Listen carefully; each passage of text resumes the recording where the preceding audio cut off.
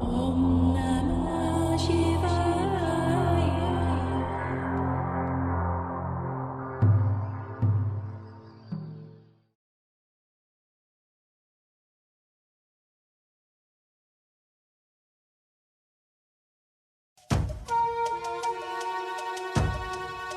पलामू की धरती अपनी, गगन अपना, पुरखों के रक्त सिंचित चमन अपना, ये कैसे किसी और की होकर रहेगी?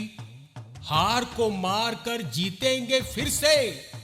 पलामू की धरती अपनी, गगन अपना, पुरखों के रक्त सिंचित चमन अपना।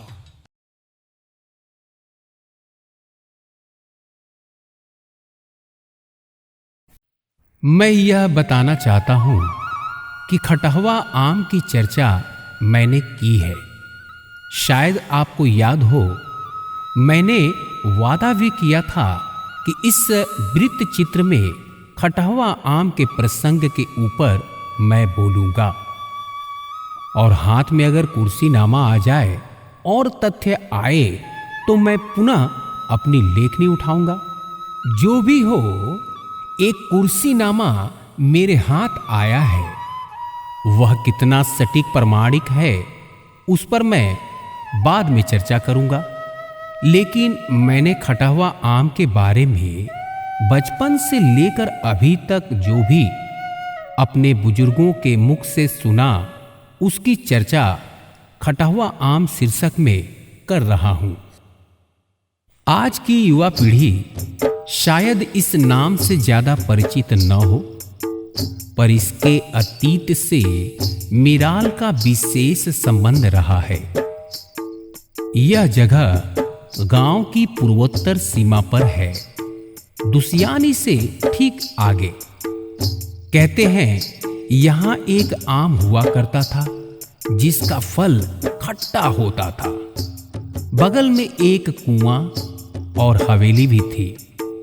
तब रौनक रही होगी जब लगभग 200 वर्ष पूर्व एक चेरो परिवार इस जगह को अपना निवास स्थान बनाया होगा।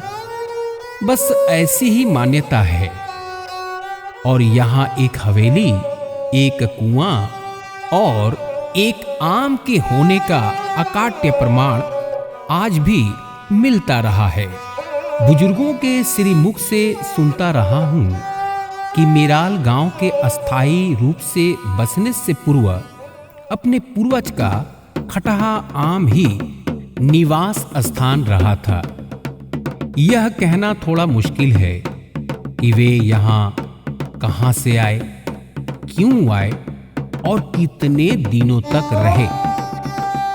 इन सारे प्रश्नों का मैं अपने तरह से उत्तर दूंगा, पर उससे पूर्व मान्यता और सुनी सुनाई बातों पर नजर फेर लूं। पूर्वजों के आने के पूर्व ही यहाँ खटहा आम रहा हो। हाँ, वे यहाँ आकर हवेली बनाए हों और कुआं काटे हों, यह भी हो सकता है। यह उनका अस्थायी निवास हो, पर यह तो तय है तकरीबन कुछ दशकों तक वे यहाँ रहे थे। 5 भाइयों की जो बात आती है कि वे आपसी विचार विमर्श के बाद 5 भिन्न भिन्न गांव में चले गए, वह शायद दूसरी पीढ़ी वाले हों। खटहा आम वाली हवेली में रहते हुए शायद तब के बुजुर्ग अपनी संतान के उज्जवल भविष्य को सुनिश्चित करने हेतु तत्कालीन राज सत्ता से अपने 5 पुत्रों के नाम 5 गांव एक एक कर बंदोबस्त करवा लिए। पुनः आपसी तालमेल के साथ पांचों भाई 5 अलग अलग गांव में बस गए हों। ये गांव थे मेराल, कांके, सिक्का, बरवाडी।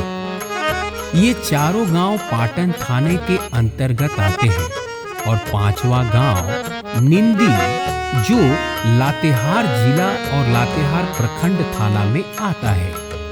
यहाँ एक बात ध्यान देने लायक है कि उक्त चारों गांव 10-15 किलोमीटर की परिधि में ही अवस्थित थे, पर निंदिर गांव 50 किलोमीटर से कम दूर न था। मुझे ऐसा प्रतीत होता है कि अपने पूर्वज निंदिर गांव के रहने वाले हों और वहां परिवार की संख्या और आकार बढ़ने के कारण बाकी चारों गांव में बंदोबस्ती से पूर्व खटहा आम वाली हवेली में उन्हें कुछ वर्षों तक रहना पड़ा हो। एक और पहलू पर गौर करने की जरूरत है। इन पांचों गांव के चेरवान में ही कथवार की पूजा होती है और कहा जाता है कि शेष 4 परिवार इन 4 गांवों में आए थे। वैसे भी देखा जाए तो खटहवा आम के आसपास की जमीन खेती लायक नहीं है, तब भी न रही होगी। अब सुनी सुनाई बात को विराम दूंगा, पर यह बताते चलूं कि खटहवा आम छोड़ने से पूर्व अपने पूर्वज हवेली को तोड़ते हुए और कुएं को भरते हुए आगे बढ़े थे। कहते हैं कि कुएं में बहुत सारी संपत्ति रखकर उसको ऊपर से मिट्टी पत्थर देकर भर दिए थे। पांचों भाइयों के बीच आपसी रजामंदी से यह तय हुआ था कि बाद में कभी एक साथ जरूरत पड़ने पर इस गुप्त संपत्ति को निकालकर आपस में बांट लेंगे, पर शायद यह आज तक संभव न हो पाया। मुझे लगता है यह मन बहलाने वाली बात से ज्यादा कुछ भी नहीं है। वैसे मैं इस जगह उत्सुकतावश 1-2 बार गया हूं और वहां बिखरे खपड़ैल देखकर निराश घर आ गया हूं। आज पूर्वजों के आशीर्वाद और प्रेरणा से पुनः एक बार यहां आया हूं, पर एक अलग उद्देश्य से। इस पर काफी काम करने की जरूरत है। बंसावली कुर्सीनामा का जुगाड़ तो हो गया है, इस पर काम भी कर रहा हूं। उक्त पांचों गांव में इस संबंध में और भी जानकारी इकट्ठा करने की जरूरत है। वैसे तो चेरो शासन के दौरान पलामू पर लगातार बाह्य आक्रमण होते रहे, पर 1772 से 1802 ईस्वी का कालखंड काफी उथल पुथल वाला रहा था। पलामू चेरो राजवंश के इतिहास पर नजर डालेंगे तो स्पष्ट होगा कि इस राजवंश में सत्ता पाने की होड़ लगी थी। गोपाल राय स्वयं अंग्रेजों से मिलकर पलामू का करद शासक बने और पलामू किला पर अंग्रेजों का कब्जा हो गया। पुनः 1800 ईस्वी से भूखन सिंह चेरो द्वारा अंग्रेजी शासन के विरुद्ध सशस्त्र आंदोलन शुरू हुआ। इस दौरान बहुत से चेरो परिवार अपने मूल निवास स्थान से अन्यत्र जाने को बाध्य हुए थे। शायद खटहवा आम की हवेली भी उसी दौर की दास्तान समेटे मिट्टी में मिल गई हो। अब मेराल को इस प्रसंग का शीर्षक बनाकर देखने की जरूरत है।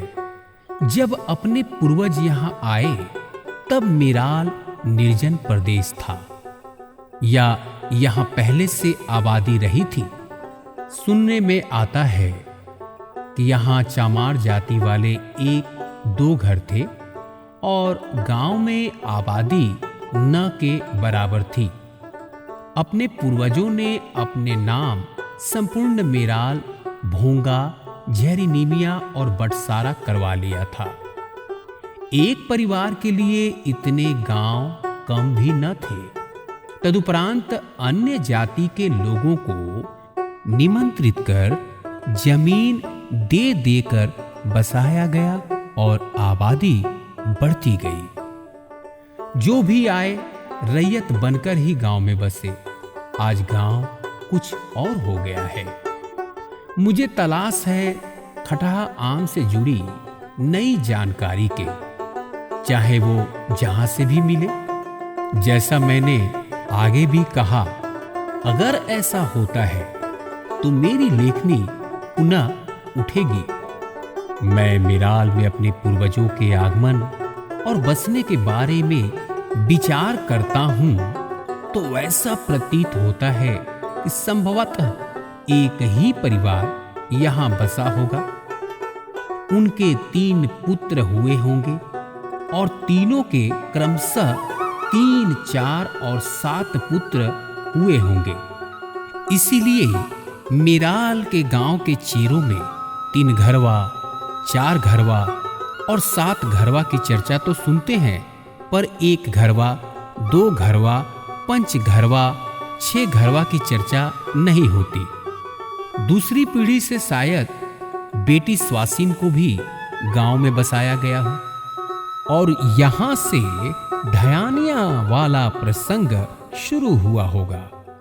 सुना जाता है कि निमिया खाड़ वाले भी ऐसे ही बसे।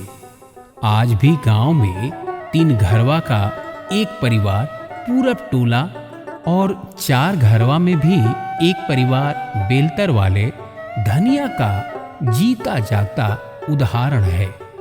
कुछ ऐसे ही चेरो परिवार बाद में मिराल में बस गए और आज भी एक अलग पहचान रखते हैं और भी रोचक प्रसंग की चर्चा हो सकती है, पर हाथ में कुछ नया तथ्य आने का इंतजार रहेगा।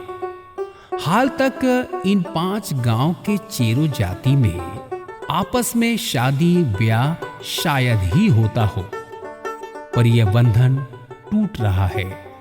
7 पीढ़ी से भी ज्यादा तक आपस में शादी नहीं होगी, इस तरह का वादा जो कभी खटहा आम स्थित हवेली में चेरो भाइयों ने किया, उस पर अब अटल और अडिग रहना मुश्किल सा लग रहा है।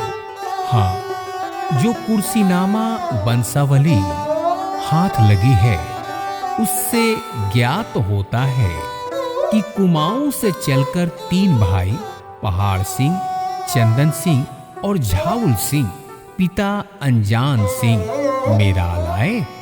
उनकी तीसरी पीढ़ी से पूरा मेराल का चेरो समाज 3 घरवा, 4 घरवा और 7 घरवा के रूप में अपनी पहचान बनाई, जो आज भी कायम है।